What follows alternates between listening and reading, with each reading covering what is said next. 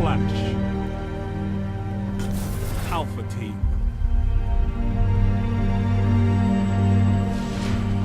Welcome to the Heart of Destiny 2, and in this episode we'll look at internal zoom. The last long while I've been doing research and testing into range to create charts for the ranges of every weapon type. Link to the spreadsheet will be in the description below. While doing this, I learned plenty about zoom. What is it, how does it work, and how can you use it to benefit yourself? Internal zoom is the part of zoom that affects your range or damage fall off. It often matches visual zoom or optical zoom, but not always. Everything that changes optical zoom will change internal zoom, but everything that changes internal zoom will not always change optical zoom. Note that unlike the range stat, it will increase both your min and max range. So how does it work? Every weapon class has a base zoom factor. This factor is a multiplier on the weapon's base range. It looks like this. Base range times base zoom factor equals range. Moving forward, perks, scopes, and frames can apply additional zoom to a weapon. These do this in a stacking fashion, which means you do not apply on top of the base range again, but instead on the range value that has already had the base zoom applied to it. This looks like this. Base range times base zoom factor times additional zoom equals range. Every additional zoom factor will increase this in the same way. Previously, I thought that zoom only affected ADS, which would make sense, but it actually will benefit your hipfire range as well, although it does this significantly less. Zoom will increase your hipfire range by 30% of a zoom factor. This means that applying a 1.25x scope will apply 1.075x to your hipfire range. This looks like this.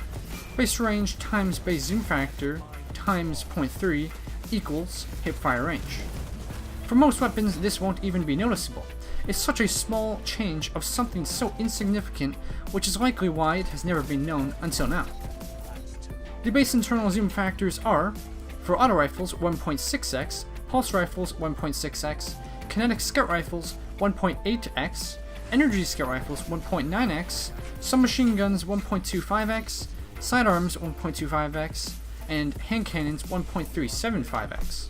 For scope zoom factors, Reddit user BRW316 has created a great spreadsheet that will be linked below. Things to note: auto rifles, for whatever reason, seem to get 0.1x less zoom factor from all scopes and sights. SMGs also have unique zoom factors for all sights. BRW's sheet takes note of this.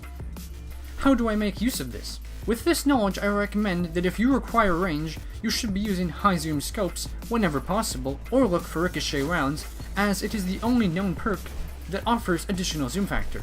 This will offer more range than the range stat will ever give you, as it both gives larger increases, and those increases of course do not only go to your minimum range. Do not throw away your range stat though, as it does decide your base range, which means you'll get even more benefit from zoom. High range mixed with high zoom is optimal, although I'd always take low range with high zoom over high range with low zoom, mainly because having a high range stat often means a low stability. Of course, you cannot always use high zoom scopes, as they can often make close range engagements awkward, but do at least try them out, as you may be surprised how much range they can offer. Do you use high zoom scopes often? Thanks for watching, and I'll see you in the next episode.